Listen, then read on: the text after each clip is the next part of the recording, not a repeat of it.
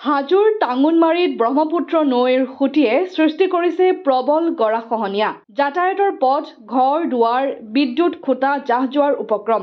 হাজো শুৱালকুছি বিধানসভা সমষ্টিৰ অন্তৰ্গত টাঙোনমাৰীত ব্ৰহ্মপুত্ৰ নৈৰ সুঁতিয়ে প্ৰবল গৰাখহনীয়াৰ সৃষ্টি কৰিছে। সংখ্যালঘু বসতি অঞ্চলৰ একমাত্ৰ যাতায়াতৰ পথটোৰ উপৰিও ব্ৰহ্মপুত্ৰৰ সুঁতিৰ নিচেই কাষতে থকা বিদ্যুৎ পৰিবাহী খুঁটা জাহ যোৱাৰ উপক্ৰম হৈছে। ইফালে ভালেমান পৰিয়ালৰ ঘৰ দুৱাৰ গৰাখহনীয়াৰ কবলত পৰি প্ৰাণৰ শংকাত চিন্তিত হৈ পৰিছে। টাঙোনমাৰীত ব্ৰহ্মপুত্ৰ নৈৰ সুঁতিৰ প্ৰবল গৰাখহনীয়া ৰোধৰ বাবে জলসম্পদ বিভাগ, স্থানীয় বিধায়িকা সুমন হৰিপ্ৰিয়াই কোনো ধৰণৰ ফলপ্ৰসূ ব্যৱস্থা গ্ৰহণ নকৰাৰ অভিযোগ ৰাইজৰ। আনহাতে ব্ৰহ্মপুত্ৰ নৈৰ সুঁতিৰ প্ৰবল গৰাখহনীয়াৰ কবলত পৰা টাঙোনমাৰীবাসী ৰাইজে উপায়হীন হৈ ইয়াৰ পৰিত্ৰাণ বিচাৰি দুৱা প্ৰাৰ্থনা কৰা পৰিলক্ষিত হৈছে।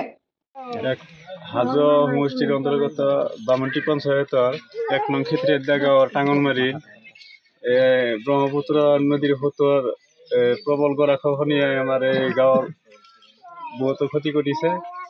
এই ক্ষতিৰ বিষয়ে আমি হাজো ৰাজহ চক্ৰৰ কাৰ্যালয়ত অৱগত কৰাইছোঁ। তেখেতে কোনো ধৰণৰ বিহিত ব্যৱস্থা লোৱা নাই আৰু আমাৰ এই মানুহবিলাকৰ ঘৰ দুৱাৰ ভাঙি ফালে স্থানান্তৰ কৰিবলগীয়া হৈছে। সেয়েহে আমি আমাৰ অসম চৰকাৰক অনুৰোধ জনাওঁ আৰু জলসম্পদ বিভাগ, NDA বিভাগ তেখেতক বিনম্ৰভাৱে অনুৰোধ জনাওঁ তেখেতে যাতে ইয়াৰ এটা বিহিত ব্যৱস্থা লয়।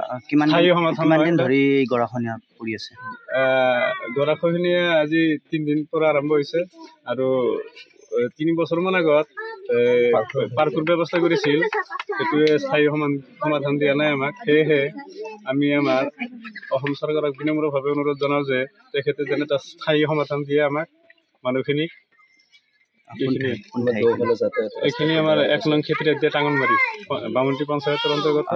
ইতিমধ্যে ৰাইজৰ আলয়ঠানি হৈছে। হয়, ৰাইজৰ বহুত ক্ষতি হৈছে। ঘৰ দুৱাৰ ভাঙি ফালে স্থানান্তৰণ কৰিবলগীয়া হৈছে।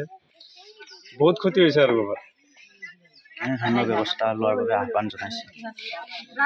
এই গৰাখহনীয়াটো স্থায়ী সমাধান কৰে, জিঅ' পেকিং বস্তা দি ফালে হ'লেও এটা স্থায়ী সমাধান দিয়ে, যাতে এলোকৰ জুৰুলা হ'ব নালাগে ৰাইজে। এতিয়া গৰাখহনীয়াই তীব্ৰ সংকটত পৰিছে আৰু নিদ্ৰা হৰণ কৰিছে ৰাইজৰ। হয়, গৰাখহনীয়াই এতিয়া ৰাইজৰ নিদ্ৰা হৰণ কৰিছে। মানুহগিলা বহুত চিন্তিত হৈ গৈছে।